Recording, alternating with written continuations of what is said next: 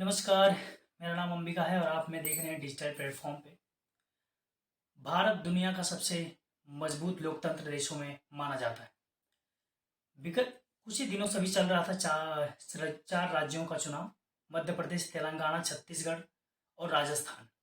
इन राज्यों में राजस्थान, छत्तीसगढ़ और तेलंगाना तेलंगाना में कांग्रेस ने अपनी जीत दर्ज की है। 3 राज्यों में बीजेपी ने जीत दर्ज की है, वहाँ पे उनकी सरकार बनने जा रही है।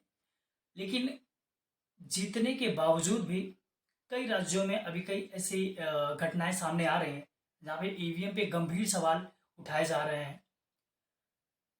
कई पार्टियों के नेताओं का ये आरोप है कि ईवीएम में उनके वोटों के साथ गड़बड़ी की गई है, हैकिंग जैसा सिस्टम किया गया है।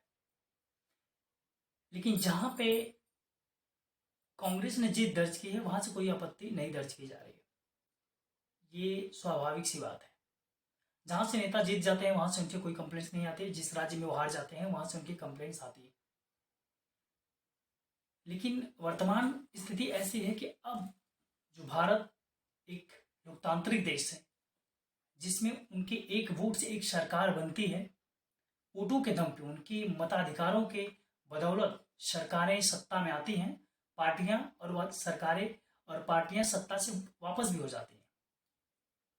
ये अधिकार संविधान देता है और संविधान अगर बदला जाएगा तो इस देश की सारी व्यवस्थाएं डमाडोल हो सकती हैं। गरीबों, मजदूरों और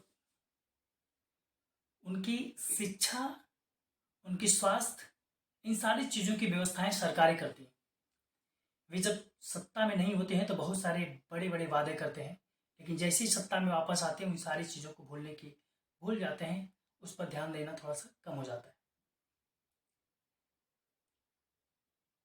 इन चीज़ों को ध्यान में तब आप रखिए जब चुनाव आते हैं। वही समय आपके पास है, अपने वोटों का आप प्रयोग करिए। अपनी वोट जो आपको एक संविधान प्रदान करता है वो बहुत ही ताकतवर है। वो आपके बच्चे का भविष्य डिसीजन कर सकता है। निर्णायक है वो आपका एक वोट। वो आप एक वोट अपने देश की अर्थव्यवस्था में भी मजबूत कर सकते हैं। वो नायक जो आपकी देश की सत्ता की सर्वोच्च कुर्सी पर बैठेगा, वो आप पूरे देश की जनता की, लोगों की भविष्य का वो निर्माण करेगा। अपने वोटों की कीमत को आप समझिए। आने वाले वक्त में राज्यसभा के भी चुनाव होगा।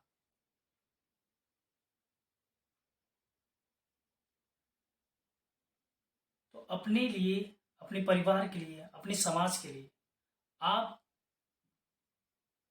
अपने आप को खुद जागरूक करिए। बात बगल में वाले को भी आप जागरूक करिए। नमस्कार।